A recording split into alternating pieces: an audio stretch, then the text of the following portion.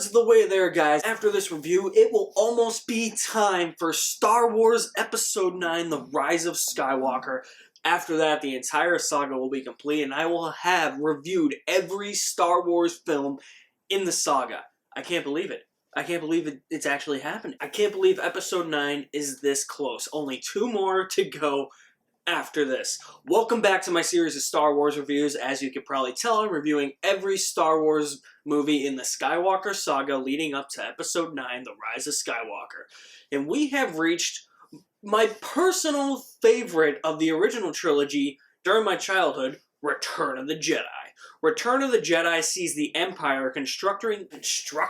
Where the hell did that come from? Return of the Jedi sees the Empire constructing a second Death Star to end the Rebel Alliance once and for all. But the Rebel Alliance has a plan of its own, and they are going to try and take down Emperor Palpatine and get rid of his hold on the galaxy. Meanwhile, Luke must confront his father, Darth Vader, and resist temptations by the Emperor and Vader himself to turn to the dark side. Luke also must try and tempt his father to return to the light side, as Luke believes that there is a sense of redemption left in his father, and he believes that he can redeem his father and bring him back to the light side and make him a hero and bring balance to the Force once and for all. As I said, Return of the Jedi was my personal favorite growing up. It's weird for me because I'd always watch this one because I always loved how cool Luke was in this one, but at the same time I remembered so much of the original one because of the lightsaber fight, because of the raid on the Death Star at the end, because of all the build-up and learning about the lore of Star Wars and A New Hope. Empire Strikes Back, other than the Dagobah stuff and the lightsaber fight, as a child was completely forgotten from me. But at the same time, every time I watch The Empire Strikes Back, I'm like, that is the best of the original trilogy. And now every time I watch this, I'm like, this is definitely the weakest of the original trilogy, but this is by far probably the most fun of the original trilogy to watch. It's probably the most rewatchable. Yeah, it's not as good as A New Hope or The Empire Strikes Back, but damn, this is still a really good movie. First of all, I love the characterization of Luke in this movie. I love how he goes from like whining to being a hasty trainee of Yoda's to become a Jedi, and thinking that he has all the confidence in the world that he did in Empire Strikes Back, to being cool, confident, trained Jedi. Because when he first shows up, you just see him in a hood, and it's like, I would like to speak to Jabba. And then eventually you see Luke reveal himself, and it's like, whoa, this is a different Luke. Luke has come a long way, and I really love that about Luke. This is probably my favorite on-screen portrayal of Luke, just above Luke's portrayal in The Last Jedi, which, by the way, is not betraying his character. All the other Lukes aren't that good, but these two Lukes, this one especially, is definitely the best Luke. There's a lot of great themes that are resonant throughout Return of the Jedi as well, like father versus son, trying to face your fears, trying to see the good in somebody who is inherently evil. Can anybody be redeemed? This movie shows that almost anybody who is inherently evil can be redeemed, unless if you're like totally bygone evil. Just saying. And I really like how those themes really resonate with the audience, especially towards the end when Luke is fighting Darth Vader and he's trying to bring his father back to the light side of the Force. He's trying to evade the Emperor's attempts to get him to turn to the dark side. There's a lot of great battles in here, and once again, there's a really cool speeder chase on Endor. That's really awesome. There's a really cool action scene over the Sarlacc pit, although it has one dumb moment, and I'll get into that when I get into my negatives. This movie just has it all. And in the beginning, Luke goes to Jabba's palace to go and get his friend Han Solo back, to unfreeze him from the carbonite. It is great. It just shows that camaraderie that friends have. This trio is just, they're perfect.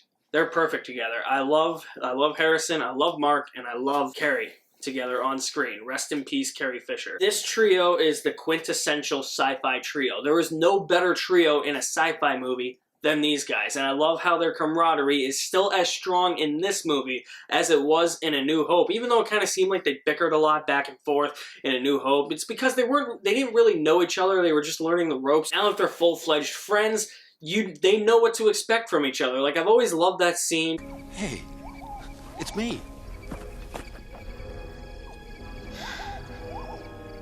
I'm just gonna say that to everybody now. Be like, you know, you should call somebody. You know, you gotta do this today. I'll be like, hey, it's me. Stuff like that. Lando comes back. He's as cool as ever. The characters are awesome. The battles are awesome. Although I feel like the battles aren't as memorable as they were in The Empire Strikes Back. It's probably because I just love the Battle of Hoth. Battle of Endor is really good. The speeder bike chase especially is really good. You have a lot of strong scenes. You have a lot of strong themes. You have an overall really good story. But my problem with Return of the Jedi is that some story beats repeat themselves. For instance, the Empire building another Death Star, the Rebels destroying that Death Star in almost the same way. I've been there, done that type of thing. And the raid at the end on the Death Star is almost the same thing as A New Hope, except this time, instead of Luke, it's Lando leading the charge. So there's some story beats like that that I feel like are very similar to A New Hope. And that kind of bugs me. I just wish that if you're going to do a new Death Star, the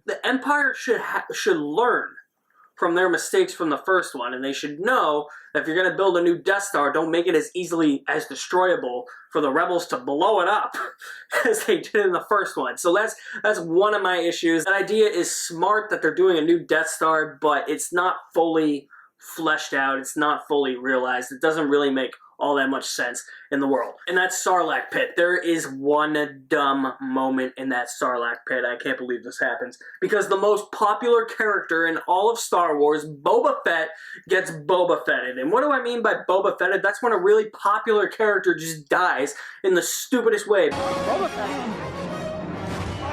Boba Fett.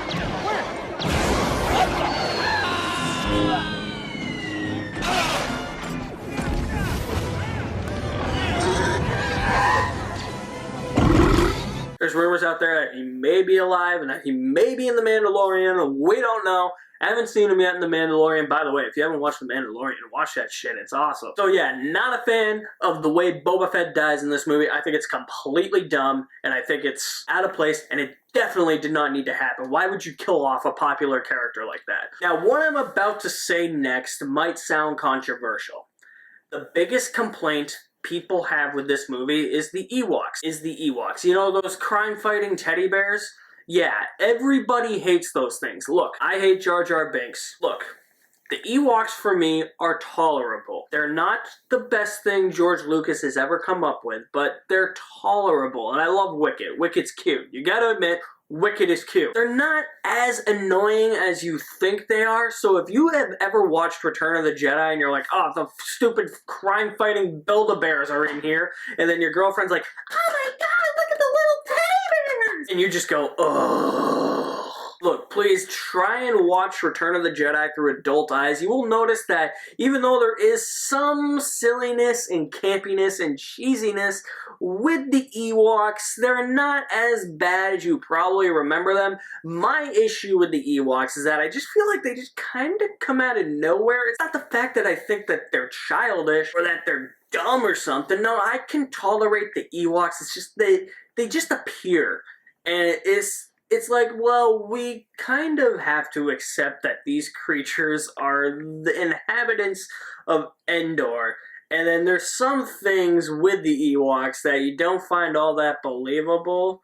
Like them single-handedly taking down AT-ATs or something like that. That's my issue with the Ewoks, where there's some things that aren't believable and they just feel so out of left field that it feels a little bit strange to me that they're in this movie. Honestly, I feel that their role in this movie is kind of just there to move the plot forward a little bit because they help in the Battle of Endor, and that's really the function of the Ewoks. They just help Han and Leia and the rest of the rebels get to their destination on Endor. So basically the Ewoks are just used as a plot device. It has nothing to do with the fact that they're crime-fighting teddy bears in outer space. Again, my issues are I feel that they're out of place and they're just kind of used as plot devices. That's my issue with the Ewoks in this movie. People really go overboard in hating the Ewoks. I'm like, guys, there is far worse in the Star Wars universe. And yeah, sure, they are a little bit cheesy, they are a little bit campy, but isn't Star Wars like that at sometimes? You need a little bit of that in Star Wars. I feel like you need a little bit of that in any big franchise. It doesn't hurt to go that route every once in a while. Just don't do it all the time. Star Wars did it with the Ewoks for a good chunk of their screen time. It works. It's never a disservice to the fans, at least me, but I'm not like that. That's my stance on the Ewoks. This lightsaber fight at the end of Return of the Jedi between Luke and Vader is gotta be one of the most intense lightsaber fights, because it's not just a battle of strength, or it's not just a battle of your lightsaber skills, it's a battle of emotions. Luke and Vader duking it out, Luke becoming so angry that he is wailing on Darth Vader, trying to kill him, and then he chops off his hand and sees that a robotic hand, and he realizes, oh my god, I'm starting to become like him, and look at him, he's a machine. Something bad must have happened to my father. It's such a great theme, especially if you're a kid watching this movie, seeing Luke slowly start to turn to the dark side and then realize that he's going down that path, and he's like, oh damn, I gotta stay on the light side. Which is why when people complain about Luke about to kill Kylo Ren in The Last Jedi, I will never know. Because in The Last Jedi, he says, for a split second I thought about killing him, and everybody's up in fumes about it. But in this one, he's literally wailing on Darth Vader. He's going to town. He was about to kill Vader. There's no argument there either. This is the original trilogy. Everything's perfect in the original trilogy. Do it! But I like that theme that presents, especially to kids, that if you're going a little bit dark, take it back for a moment. Realize what you have done. Realize you're making a mistake. And realize that your destiny is the path you set for you. And that's what Luke does here. He realizes his path isn't towards the dark side. He realizes it's towards the light side. And not killing Darth Vader. And he throws his lightsaber away. He looks at the Emperor and he says, I will never turn to the dark side. One of the best moments of redemption ever in a film is when the Emperor starts electrocuting Luke with Force lightning, and Vader is so conflicted. He's looking back and forth between the Emperor and Luke as to what he should do, and finally, he just takes the Emperor in his hands, wails him over that railing, and throws him down the shaft, killing him. Supposedly. As far as we know, supposedly. I like some of the changes George Lucas made to like the DVDs in like 2004. Like he upgraded like the special effects. Like the lightsabers actually look like lightsabers now. They don't look like just sticks with lights. But when it comes to the Blu-rays, and the re-releases from Disney have this too, where Vader's looking back and forth when he's about to throw the Emperor over the shaft, he's like, no. I don't know why George Lucas had to put in no, because in that exact moment, without Vader saying anything, you can see the look, even though he's wearing a mask, you can see the look of confliction in Vader. You don't need to see his face to see that look of confliction. You don't need him to voice no to explain that he's not going to kill Luke Skywalker. That's what George Lucas doesn't really understand. You don't need to always voice your emotions. You can just express your emotions without saying anything. And it works so much better than Vader just going, no. Anywho, Vader is redeemed. He dies in Luke's arms. The rebels defeat the Empire, and all is happy. And I always loved the final shot of this movie where Luke sees the Force ghosts of Yoda, Obi-Wan, and his father. But it doesn't really make sense when George Lucas edits in Hayden Christensen as Anakin, as the Anakin Force Ghost, because how would Luke know that was Anakin? Like, the last time he saw Darth Vader alive, he was Anakin, but it was his father, like, the older version of his father. Wouldn't that Force Ghost make more sense if it was actually the way he saw his father before he died instead of Hayden Christensen? I don't know. That's something that's always bothered me. I don't know. My mind's thinking weird thinking about this now. In all honesty, Return of the Jedi is not a perfect movie, but it is probably easily the most fun out of the original trilogy. As a kid, it was definitely the one I rewatched the most. It's got some issues involving using the Ewoks as plot devices, some changes George Lucas made, and some dumb moments like Boba Fett dying in the Sarlacc pit, but there is no way that you can deny that this is a great movie, and I'm going to give Return of the Jedi an A-. We are almost there, guys. Just The Force Awakens and updated thoughts on The Last Jedi, and then it's going to be The Rise of Skywalker. This is insane. Thank you for watching my review of Return of the Jedi. Stay tuned for reviews of The Force Awakens and updated thoughts of The Last Jedi coming very soon. You guys are the best. Thank you for watching. My name is Alex Madden, and I'll see you at the movies somewhere.